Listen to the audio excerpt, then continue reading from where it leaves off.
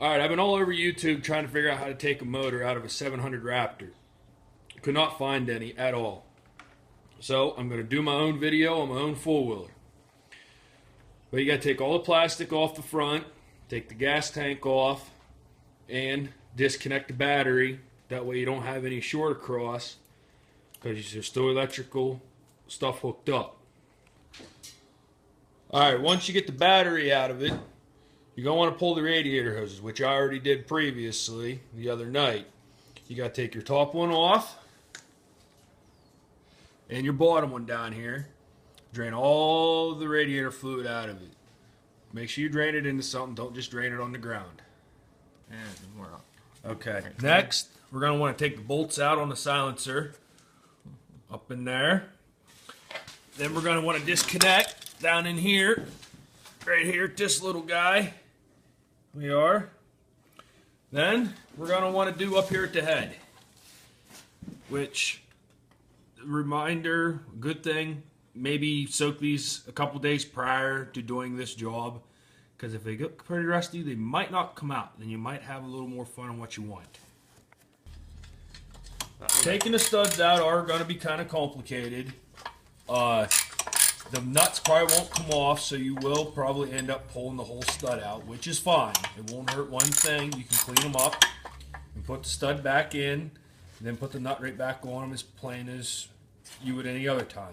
Just don't force them and break them off flush with the motor, because then you got to take more time than have it tapped and everything else. Alright, the next three things you need to do is take off the reverse cable, which is down in here, right here. Best way we did it was we put a pry bar here, pried it, then put a screwdriver and picked up on the cable and it popped out. It bent the shaft a little bit, but you can bend it back. I don't see why you couldn't. Then we did the clutch cable over here on this side. Easiest way we did that was pushed it up, put a pry bar in the back side right here, had someone hold the clutch, popped right out. No problem. Then we did the chain, which find your master link, pop that off, pull a chain off. You can do any of these three in any order you want. Alright, next what we did was we got to take the skid plate off, because it's got oil lines that run from the reservoir that go up underneath. So you have to take your skid plate off to get to the oil lines. Alright, before you would actually have to pull your motor, you actually do need to drain the oil out of it. So you need to take it out of the oil plug. Take the oil plug out. Then you need to drain your reservoir, which there's a small bolt on the bottom of your reservoir. There's a small hole down here. You would stick a wrench up in, a socket, and pull that and drain that too, because you got to pull the oil lines off the bottom of the motor. So you need to drain that off too. Alright, after we drained all the oil, we're taking the oil line off on the bottom of the four-wheeler, on the bottom of the motor. It's right here. It is a 19 millimeter. I didn't give you any more sizes because I just figured I'd give you this one just because it's a pain in the butt to get to. And we're going to have fun trying to get this off ourselves. So. Alright, just a note about this. When you pull that bottom oil line, oil does come out, so keep your oil pan handy. Alright, after you take the bottom oil line off, you got to take the top one off right here, beside the shifter. You got to hold the shifter up just a little bit, but it comes right off. And you'll probably have a little bit of oil out of this too. Alright, behind this top oil line, there is a small O-ring. Be very careful. As you can see right here, best thing is just, you can leave it in, but it might get lost, or just get a pick and just slowly pull it off and put it somewhere you know where it's at. That way you don't damage it. Alright, next we're doing is taking the oil jug off. That way it gets out of the road enough for the motor to swing out by. Alright, after you unbolt the reservoir with the two bolts here and over here, it pulls out. There's a bushing right here. I thought I was going to have to take the drain plug back out, but you don't have to. It's just a little bit of a tight fit, so just pull up on it, and it should pop right out, no problem. All right, we noticed that the brake light switch needs to come off because it's hooked to the motor with a special design, so you pretty much just have to unscrew it, and it pretty much just pops off the top just like that. It's off to the side, and it's out of the road. All right, over here is a temperature sensor that needs to get unplugged. Right underneath of it.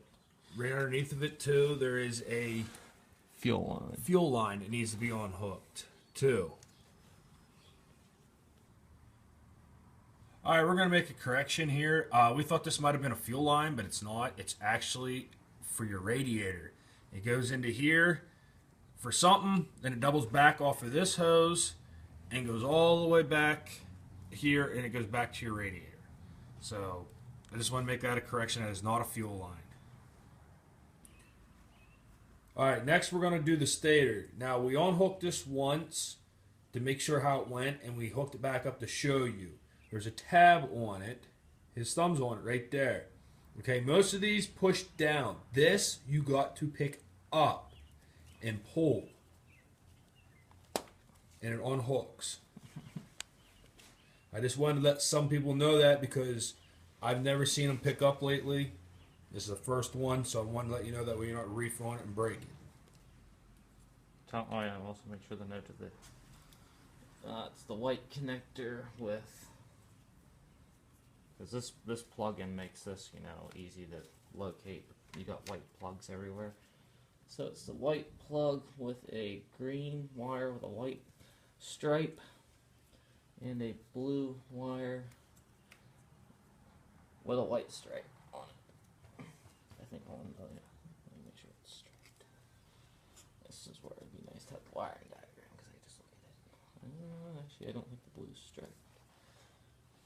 Can't really see though. Just dirt and a stripe. Alright, that's actually blue with a yellow stripe. So, white connector with a blue wire with a yellow stripe and a green wire with a white stripe. Then all you got to do is just, this is a push down one, so you just got to push down and it comes right apart.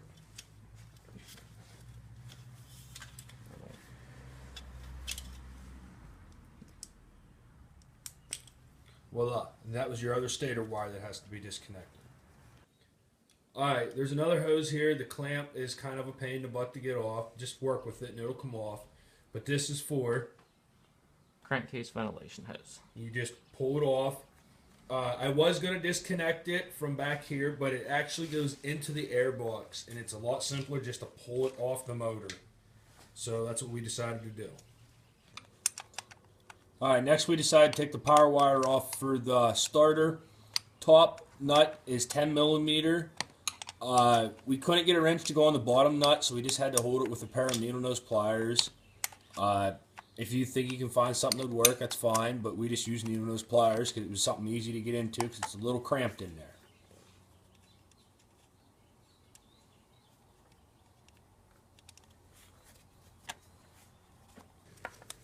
Well, there's some more wires here that need disconnected.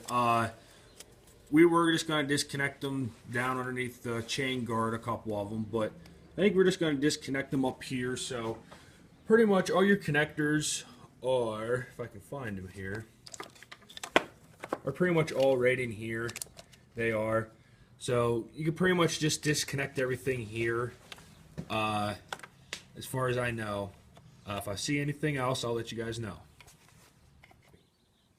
Alright, one important note, whenever you're taking your wires apart, just make sure your connectors, see how I have a gray connector and a white connector. Well, the other ends of these will plug into one another, so make sure that the ends you plug in match the color of the connector. Gray connector to gray connector and white connector to white connector. Alright, here's the other end of the gray connector and the other end of the white connector. Yeah, just make sure you plug them in right, because if not, you'll have serious issues. Alright, you have to take the case off for the chain, because the ground wire back in here, it goes to your battery. So the last thing you need to unplug while in here is this white triangle shaped connector. that bolt you took out for the ground wire to your battery, it is to your case. So we just put it back in just because it's to your case. So you can leave it out, but we put ours back in. Just wanted a quick review of all the wires you'll be unhooking whenever you do this. You will have a 2-wired black connector, a 2-wired gray connector, a 2-wired white connector with an oddball white plug right here for your stator, and this 3-wired triangular shaped plug-in, and the ground right back here on the case. So altogether, there's how many wires? 1, 2, 3, 4, 5 connectors and your ground wire. Then that's all the electrical that's on your four-wheeler, and you're almost there. Here. All right, now we're going to start the motor mounts. There was 2 bolts up here I took out previously, but we are going to have to take off this bracket here. You can barely see it right here. It's not going to clear the frame right here, so you're going to have to disconnect this bracket completely and take it out before you do anything else. Alright, next we're going to do the bottom motor mount. Simple, right here. But you are going to have to take these brackets out here too. Right here. That way the motor will rock ahead, we hope. We don't know yet. I'll let you know, but we're going to take these off anyways. Alright, now we're on the other motor mount bolt. It's underneath the frame here. Stupid light. Anyways, it's down here. It's not too bad to find if you know what you're looking for. It's right here. There's my wrench. It goes all the way across. So you need 2 people when you take these off. So I'll let you do this, and I'll get this off, and I'll show you how to get the next one out. I don't know if I mentioned this or not, but I'm going to say it anyways. This top motor mount here, it won't come off after you unbolt it. You're going to have to take all the motor mounts out. We haven't made it that far yet. We still got the back one to do off the swing arm. And this will rock ahead enough to pull this out. As of right now, I cannot get it out because it's got actually a little bevel cut in it right here. You can see it's sitting on a little bevel cut. So you got to rock the motor completely forward to get this out. Alright, your last motor mount point is right back here. It's a 22mm nut. It's for your swing arm. You have to take the nut off and then pound the bolt out just enough that you get it out of the other side of the motor right back here. Once it comes out, the motor should rock forward, so you just got to keep hitting it out with a hammer and trying on the motor to make sure it comes out here the whole way. Alright, well, took me a half hour, 45 minutes, but we finally got the last motor mount out for the swing arm. Well, it took us a lot. It took us some bolts, some nuts, and everything else, but it came out, and a lot of PB blaster too. So once you get that out, then you can start removing the motor, which I will show you how as soon as I'm done here. Alright, we got the motor to rock, but Mr. Headlight Bracket is not going to let it swing out, so you're going to have to take the headlight bracket off. Alright, we're taking the radiator reservoir overflow off. Just to be on the safe side because it's plastic, and they probably want an arm and a leg just for something that small. So it's better to be safe than sorry, I think. Alright, now we're going to pull the motor out, which he already did, but here's how easy it is once everything's unbolted.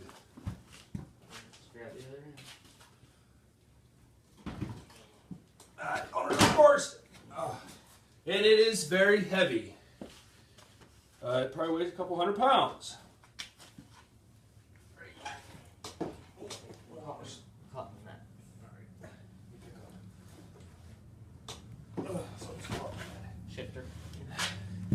Okay? Nerf bars, bad idea. Okay. There's the motor. Oh, down.